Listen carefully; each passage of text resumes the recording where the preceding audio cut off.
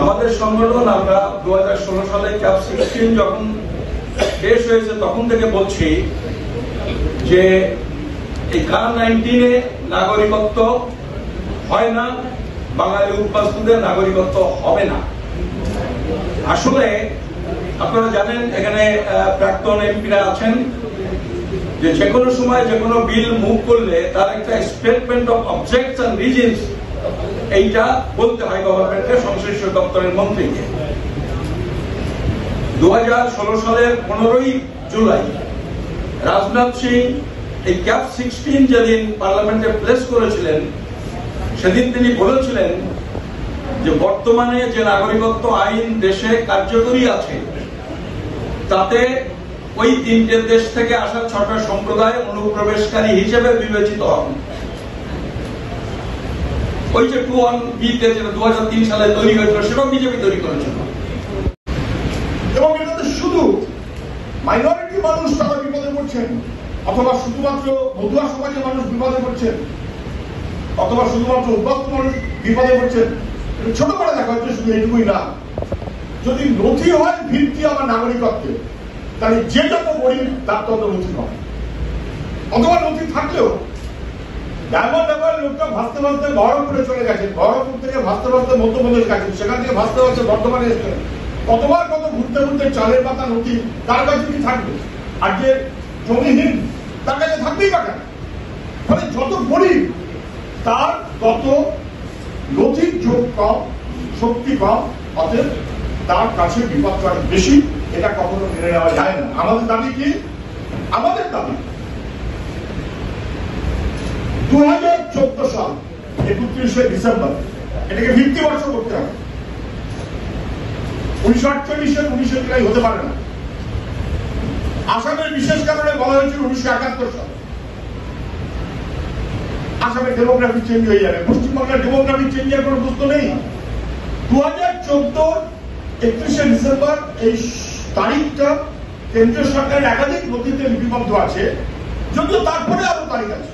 Date of accession of শিপমল 2015 31শে জুলাই, মানে 2014 31শে ডিসেম্বর আর তারপরে যে কোনো তারিখ গ্রহণযোগ্য, তার আগে যাওয়া যাবে। এটা ভিত্তিবর্ষ। যারা এ বাংলার মানুষ, এ বাংলায় বাস করেন, পশ্চিমবাংলায় থাকেন, স্থায়ীভাবে আছেন, তাদের নাগরিকত্ব নিঃশর্তভাবে দিতে হবে, নিঃশর্তভাবে নাগরিকত্ব দিতে হবে। তার বাইরে কোনো কথা হতে পারে না। তার বাইরে কোনো কথা বলা মানে মানুষকে বাড়তি বিপদের মধ্যে ফেলা। দেশভাগের দায় কেন সাধারণ মানুষকে না? মামা বাড়ি ওখানে, পিসি বাড়ি এখানে, যাতায়াত ছিল, তার দায় কেন একটা সাধারণ মানুষের ঘাড়ে পড়বে? এটা হতে পারে না। গরিব মানুষের উপরে এরকম ভাবে হতে পারে না। এটা একটা ভয়াবহ আক্রমণ। 2003 পর এই নাগরিকত্ব কোয়েশ্চেনটাতে মানুষ আন্দোলিত হলেন। কেন আন্দোলিত হলেন? উড়িষ্যায় তার জন্য প্রায় ডিপোর্ট করা হবে, অনেক লড়াই হয়েছে। তাই এরকম সারা ভারতবর্ষের বিভিন্ন জায়গায় আপনারা জানেন, মাঝে মধ্যে বিশেষ করে বিজেপি সরকার যেখানে যেখানে আছে সেখানে বেশি বাংলা ভাষী মানে বাংলাদেশি, আরো বিশেষ করে বাংলা ভাষী মানুষের নাম যদি মুসলমান নাম হয় তাহলে তার 7 পুরুষ ধরে এখানে পাস করেন, বহরমপুরে হোক, যেখানেই হোক না কেন, নদিয়াতে হোক। কিন্তু তিনি কাজ করছেন নানান কারণে দিল্লিতে, যে আপনি বাংলা ভাষার কথা বলছেন, নাম কি শামসুল হক বা কিছু একটা, বিশেষ করে যদি মুসলমান হয়, না হলে বাংলা ভাষী হলেও তাই, তাকে বাংলাদেশি চিহ্নিত করে, তাকে বিদেশি চিহ্নিত করে হ্যারাস করা হচ্ছে। এই স্কোপটা কোনো মতে দেওয়া যাবে না। মানুষকে হ্যারাস করা আমরা মেনে নিতে পারি না, এটা কখনো চলতে পারে না।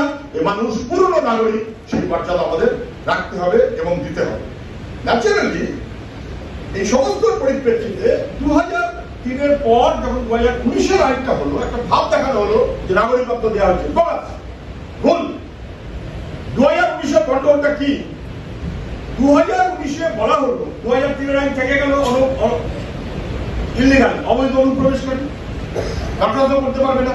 2019-এ একমাত্র যেটা বলা হলো মূল একটাই, যদি আপনি আফগানিস্তান কিংবা পাকিস্তান কিংবা বাংলাদেশের লোক হন, 2 যদি আপনি ধর্মীয় নিপীড়নের কারণে আসেন, 3 তাহলে অবৈধ শব্দটা আপনার ক্ষেত্রে তুলে নেওয়া হলো, আপনি অনুপ্রবেশকারী কিন্তু আপনি দরখাস্ত করতে পারবেন।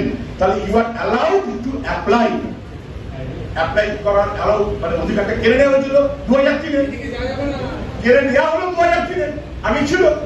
তাহলে তোমরা কেড়ে নিলে এবারে লিমিটেড অংশের জন্য বললে অ্যাপ্লাই করতে পারবে এবং সেটাও এমন শর্ত দিবে, তাহলে যেই অ্যাপ্লাই করবে প্রথমত তাকে মানতে হবে সে অবৈধ অনুপ্রবেশকারী।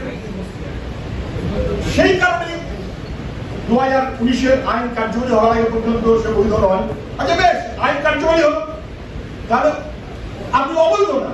যদি আপনি হিন্দু হন, কি আপনি যদি বৌদ্ধ হন, যদি আপনি খ্রিস্টান হন ইত্যাদি, যদি আপনি আফগানিস্তানের লোক হন, পাকিস্তানের লোক হন, বাংলাদেশের লোক হন, আপনি নেপালের লোক না নাকি বাংলাদেশের লোক, আপনি প্রমাণ করতে হবে আপনি বাংলাদেশের নাগরিক। তাহলে অন্য দেশের নাগরিকত্বের কাগজ আপনাকে থাকতে হবে, তবে আপনি অ্যাপ্লাই করতে পারবেন। এবং আপনি নিপীড়নের কারণে এসেছেন, আপনাকে প্রমাণ করতে হবে। যখন নিপীড়িত হয়ে আপনি পালাচ্ছেন, তখন আপনি বলবেন দাদা বাবা পালাস না, একটা কাগজ লিখে দে যে আমি নিপীড়িত হচ্ছি। এসব বোনাস অস্ত্রোপচার কথার ভিত্তিতে 2019 নাগরিকত্বের কোন আইন নয়, অ্যাপ্লাই করার স্কোপ দেওয়া হয়েছে। ন্যাচারালি এটার মধ্য দিয়ে সমস্যাটার কোনো সমাধান হয় না, এবং এটা আরো স্পষ্ট এই জায়গা থেকে। এটা যারা সরকারি আছেন দিল্লি তারাও করবেন। 5 বছর হয়ে গেল, রুল ফ্রেম হয়নি, কেন করা যাচ্ছে? 5 বছর হয়ে গেল, আসলে ফলে এইভাবে যে আর্থিক সংকট যেটা সরকারের দ্বারা সৃষ্ট, যেটা ব্যবস্থার দ্বারা সৃষ্ট, এটাকে ঘুরিয়ে দেওয়া হচ্ছে। ফলে এইদিকে মুসলমানের বিরুদ্ধে যে আমাদের মতুয়াদের এই যে বলা হয়েছে যে হচ্ছে যে আসলে মুসলমানরা এটা করেছে।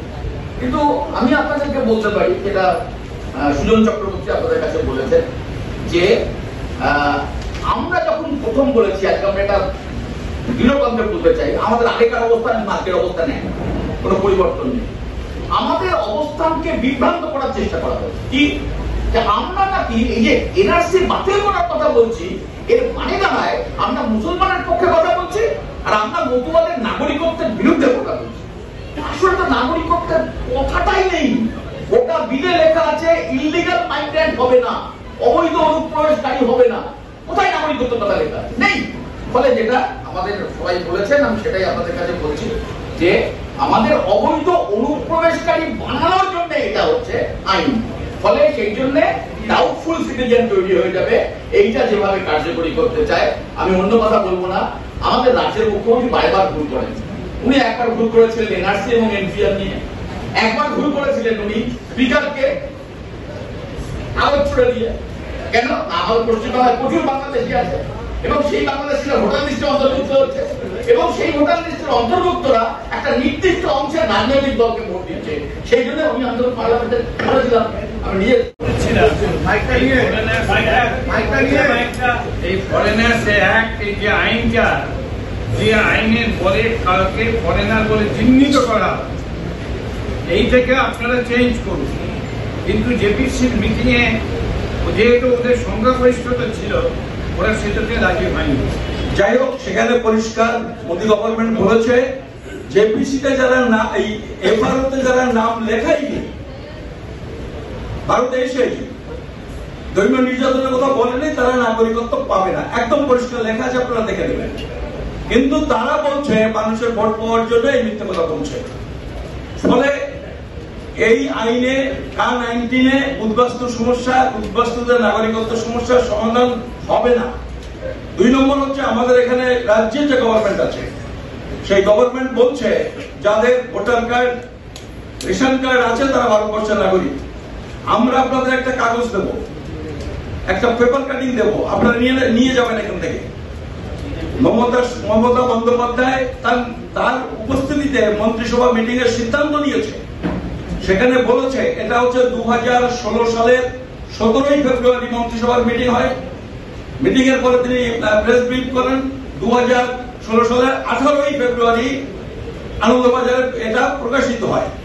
সেখানে মমতা বন্দ্যোপাধ্যায় বলছেন যারা 5 বছর বা তার বেশি সময় ধরে পশ্চিমবঙ্গে বসবাস করছেন, রেশন কার্ড, ভোটার কার্ড আছে, তাদের নাগরিকত্ব দেওয়া উচিত, একদম উচিত। যে কারণে তারা সিদ্ধান্ত নিয়েছে রাজ্য সরকার কেন্দ্রীয় সরকারকে চিঠি লিখবে। 1985 সালের আগে যেমন পিএম নাগরিকত্বের সার্টিফিকেট ইস্যু করার অধিকার ছিল, আবার কেন্দ্র যেন ওই অধিকার পিএম এখানে আজকে প্রেস কনফারেন্স করছে। আমরা পরিষ্কারভাবে এই দাবি করছি যে 2014 সালের 31শে ডিসেম্বর অথবা তার পরের কোন একটা সালকে ভিত্তিবর্ষ ধরে তার আগে থেকে যারা ভারতবর্ষে স্থায়ীভাবে বসবাস করেন তাদের নাগরিক হিসেবে ঘোষণা করে একটা নতুন আইন তৈরি হোক। তাতে এখানকার মুসলমান, এখানকার আদিবাসী, এখানকার ভূমিপুত্র এবং উদ্বাস্তু যারা এসেছেন দেশান্তরিত হয়ে প্রত্যেকের সমস্যা মিটবে এবং 14, 15, 16, 18 এই সময়ে যদি ভিত্তিবর্ষ হয় তার আগে নথি দেখানো মানুষের পক্ষে খুব কঠিন হবে না। আমরা এই দাবি জানাচ্ছি এবং এই দাবিতে আমরা আন্দোলন গড়ে তুলব।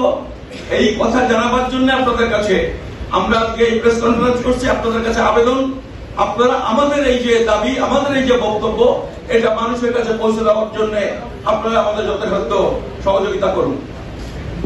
আপনারা নিশ্চয়ই জানেন যে দেশ বিভাজনের পরে যে উদ্বাস্তু মানুষ মতুয়া সহ অন্যান্যরা এসেছেন ওপার বাংলা থেকে, তাদেরকে কিন্তু মানবিকভাবে মুসলমান সমাজ গ্রহণ করেছে এবং কোন মুসলমান সংগঠন আজ পর্যন্ত এই যে নাগরিকত্ব হারানো মানুষদের নাগরিক পাওয়ার ক্ষেত্রে বাধা তৈরি করেনি।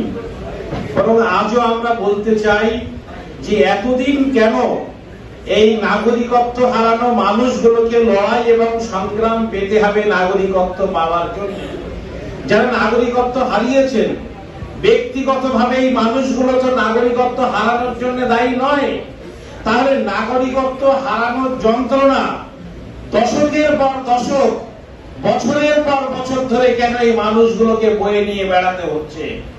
কেন এই বিষয়টি ভোট এলে বারবার উস্কে দিয়ে মানুষগুলোকে আরো যন্ত্রণায় ফেলা হচ্ছে?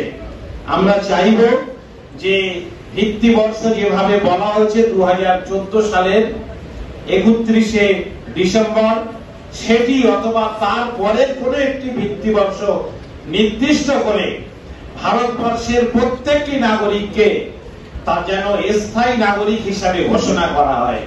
আমরা মনে করি আমরা যারা মুসলমান আমাদের সমস্যা নেই এই কারণে যে আমরা সবাই এখানকার ভূমিপুত্র। কেননা দেশ বিভাজনের পরে আপনারা জানেন, এটা বাস্তব, অতি বাস্তব সত্য, দেশ বিভাজনের কারণে যারা মুসলমান সম্প্রদায়ের মানুষ তারা এপার বাংলা থেকে ওপার বাংলাতে অর্থাৎ বাংলাদেশে তারা চলে গিয়েছেন। দেশ বিভাজনের কারণে ওপার বাংলায় যারা হিন্দু সম্প্রদায়ের মানুষ ছিলেন তারা এপার বাংলায় এসেছেন, আমাদের ভারতে এসেছেন। মানে এটা নিয়ে যে বারবার রাজনীতি করা, মুসলমানদেরকে আইনের জায়গা থেকে বাদ দেওয়া, এই যে সাম্প্রদায়িক উস্কানি ছাড়া যাদের কাছে অন্য কোনো ইস্যু নেই, শিক্ষার সুযোগ নেই, বেকারদের চাকরির কোনো ব্যবস্থা নেই। আপনারা জানেন যখন আমাদের দেশে গোটা বিশ্বে যখন করোনা এসেছিল তখন ভারতবর্ষের অর্থনৈতিক অবস্থা, পরিযায়ী শ্রমিকদের গোটা দেশ জুড়ে যে আন্দোলন, তার ফলে কিন্তু ঘরে ফেরার যে তৎপরতা, তখন কিন্তু ভারতবর্ষের অর্থনৈতিক অবস্থা উলঙ্গ হয়ে গিয়েছিল। সেই অর্থনৈতিক উলঙ্গ অবস্থার থাকার কোন চেষ্টা মোদী সরকারের নেই, কেন্দ্রীয় সরকারের নেই। তারা ভোট এসেছে, ভোট বৈতরণী পার হওয়ার জন্য এনআরসির কথা বলছে, এনপিআর এর কথা বলছে, ক্যায় এর কথা বলছে, নাগরিকত্ব বলছেন নির্বাচনের আগে সিএএ চালু হবে। আপনাদের মনে আছে 2021-এর ভোটের আগে একই কথা বলা হয়েছিল, ভোটের আগে সিএএ চালু হয়ে যাবে। ভোট আসলে ওরা যেটা বলেন, শান্তনু যেদিন বলেছেন তার পরের দিন আসামের মুখ্যমন্ত্রী বিজেপি, এটা হল হেমন্ত বিশ্ব শর্মা, তিনি বলেছেন এটা তো সাবজুডিস, এসব নিয়ে এখন কিছু হবে না। উনি সরকার চালান বিজেপি, ইনি সরকার চালান না, উনি বিজেপির সরকার ডবল ইঞ্জিন, রাজ্যে বিজেপির সরকার দেশে। ফলে তাতে বোঝা গেল, আর তিনি হয়তো 5 বছর করেননি কেন, যেটা সুপ্রিমবাবু খুব ক্যাটেগরিক্যালি বলেছেন, 5 বছর আগে হলে লোকে বুঝে যেত যেটা নাগরিকত্ব দেওয়ার আইন না, statement of objects and reasons এ বলা আছে যা তার মুদ্রা মানে হচ্ছে অ্যাপ্লাই করতে পারবে, কিন্তু অ্যাপ্লাই করার ভিত্তি কি? ওই তিনটে দেশের নাগরিকত্বের কাগজ কে জোগাড় করবে? অ্যাপ্লাই করার ভিত্তি কি? ধর্মীয় নিপীড়নে চলে এসছে কাগজ কোথা থেকে জোগাড় করবেন?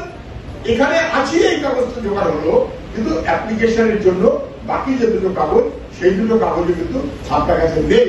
ফলে এটা একটা ওয়াক্স ভোটের জন্য বলছেন, একটা গোজামিন দিয়ে কিছু একটা করবেন, হয়তো ওরা ভোটটা নেবেন, তারপর মানুষকে বিভ্রান্ত করবেন। এটা ঠকানোর ব্যবস্থা বলে মনে হচ্ছে।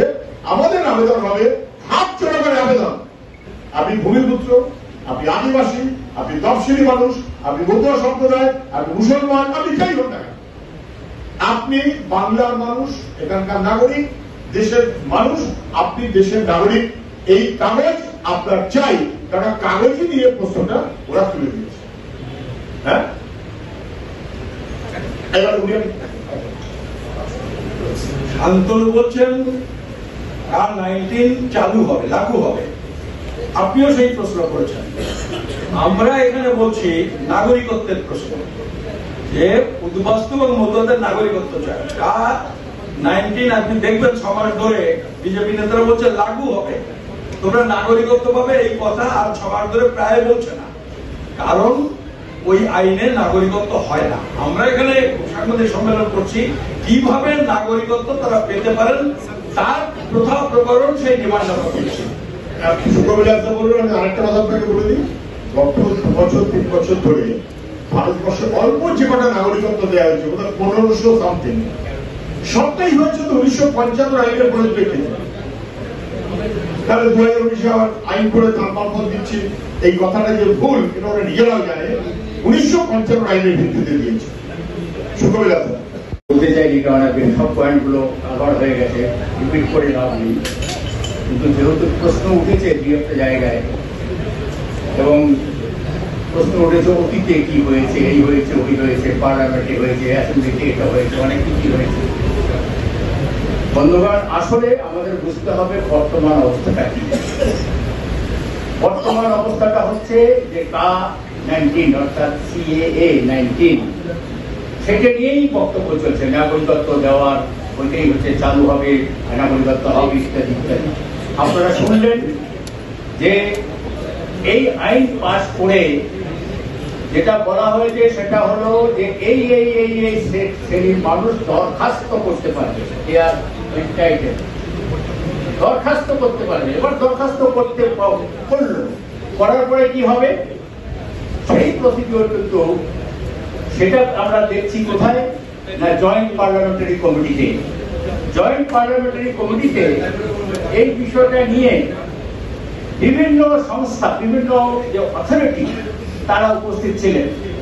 পার্লামেন্টারি কমিটির যারা মেম্বার, যার মধ্যে ধরুন আমাদের অধ্যাপক ভট্টাচার্য ছিলেন, অধীর চৌধুরী সাহেব ছিলেন, আমাদের যারা মেম্বার, ওদেরও মেম্বার আছে, তারা প্রশ্ন করছেন যে এইটা কি হবে। আইবি বলছে যে কথাটা আমাদের সুপ্রিয় রঞ্জন বিশ্বাস বললেন, যে ফরেন রেজিস্ট্রেশন ওই অ্যাক্টে ওখানে যারা নথিভুক্ত করেছেন তারাই কেবল এই এন্টাইটেল হবে।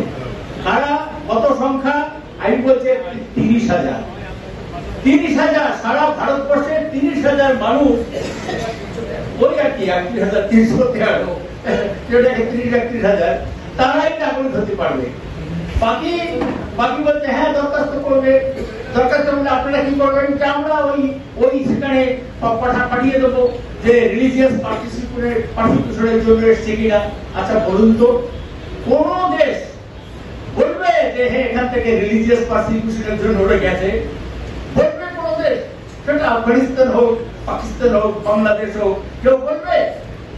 কেউ বলবে না।